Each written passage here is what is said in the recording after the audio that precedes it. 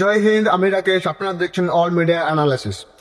প্রধানমন্ত্রী নরেন্দ্র মোদী আজ ভারতের দীর্ঘ সময় ধরে দায়িত্ব পালনকারী হিসেবে নির্বাচিত প্রধানমন্ত্রী হয়ে থাকার রেকর্ড তৈরি করে ফেলেছে, যা শুধুমাত্র আগের প্রাক্তন প্রধানমন্ত্রী পণ্ডিত জওহরলাল নেহরুর ছিল। সেই রেকর্ডটা আজ নরেন্দ্র মোদী ভেঙে দিয়েছে।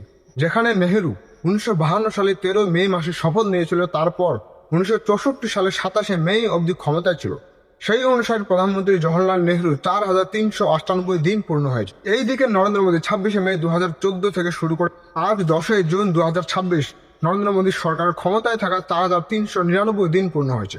তাই ভারতের ইতিহাসে দীর্ঘ সময় ধরে নির্বাচিত প্রধানমন্ত্রী হয়ে থাকার নতুন ইতিহাস সৃষ্টি করে ফেলেছে প্রধানমন্ত্রী নরেন্দ্র দামোদর দাস মোদী।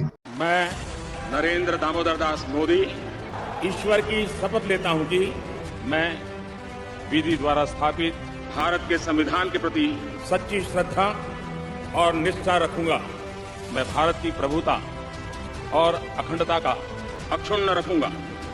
मैं संघ के प्रधानमंत्री के रूप में अपने कर्तव्यों का श्रद्धापूर्वक और शुद्ध अंतःकरण से निर्वहन करूंगा।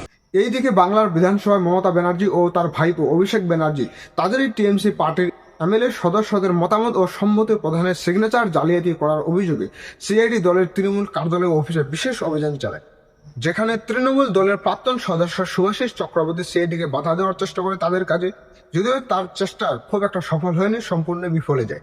সিআইডি টিম ঢুকে পড়লো 30 হরিশ চ্যাটার্জি স্ট্রিটে। সিআইডি টিম ঢুকে পড়লো একে একে সিআইডি আধিকারিকরা তারা 30 হরিশ চ্যাটার্জি স্ট্রিটের বাড়িতে ঢুকেছেন।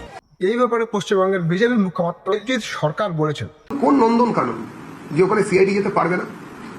যে যেখানে যত রকম ভাবে বজ্জাতি করেছে তাদের যা কিছু খুঁজে পাওয়ার জায়গা, যেখানে সন্দেহ হবে সেখানে প্রশাসন যাবে।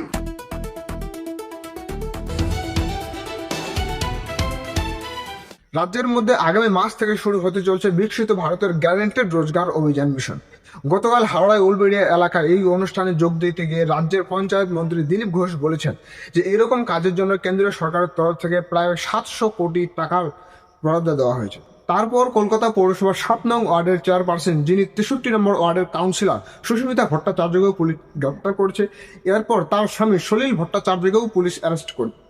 এখানে পুলিশের কাছে অভিযোগ করা হয়েছে যে এই দুইজন স্বামী এবং স্ত্রী একজন ব্যক্তির কাছ থেকে প্রায় 30 লাখ টাকা প্রতারণা করে হাতিয়ে নেওয়া এবং এর সাথে সাথে তোলাবাজি আর হুমকি দেওয়ার অভিযোগে ওয়ার্ডগঞ্জ থানায় 2টি এফআইআর করা হয়।